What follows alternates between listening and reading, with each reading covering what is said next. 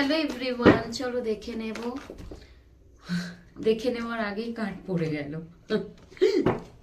চলো দেখে নেব তোমার কি মনে হচ্ছে তোমার পার্টনার তোমাকে ইগনোর করছেন। তো উনি কি কারণে ইগনোর করছেন, কারণটা কি দেখে নেব, কেন করছেন উনি তোমাকে ইগনোর। ওকে, চলো জেনারেল কালেকটিভ রিডিং। তো যতটুকু ম্যাচ করে ততটুকু নিও, বাকিটুকু অবশ্যই লেট গো করে দিও।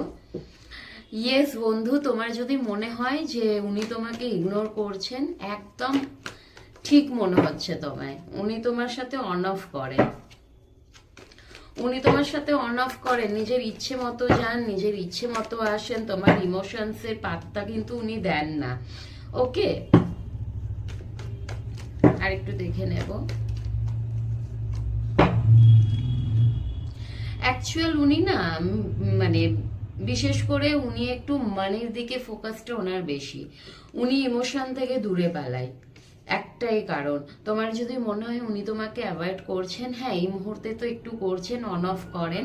এবং উনি এই কারণে অন অফ করেন, ওনার কাছে কিন্তু ইমোশনসের থেকে বেশি প্রায়োরিটি উনি ওনার মানিকে দেয়, উনি ওনার ফাইন্যান্সিয়াল ব্যাপারটাকে দেয়। ওকে, আর্থিক ব্যাপারটা ওনার কাছে ভীষণ স্টেবল হওয়া দরকার, স্ট্রং হওয়া দরকার। ইমোশন নিয়ে কি হবে ওনার কিন্তু এরকম একটা ধারণা হতে পারে।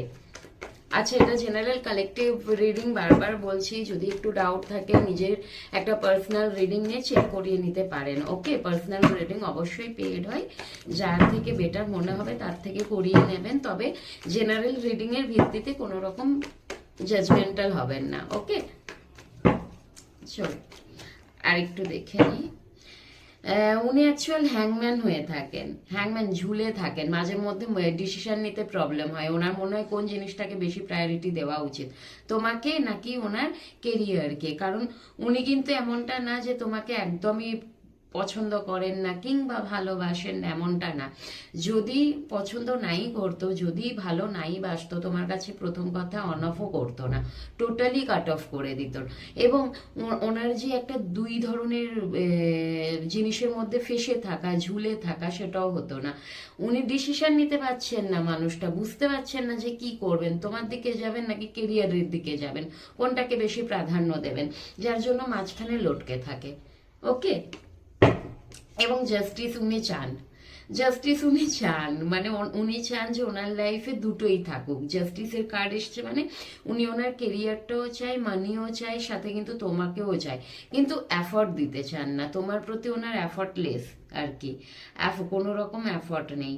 তো উনি চাইছেন যে অ্যাট লিস্ট মানে তুমি থাকো,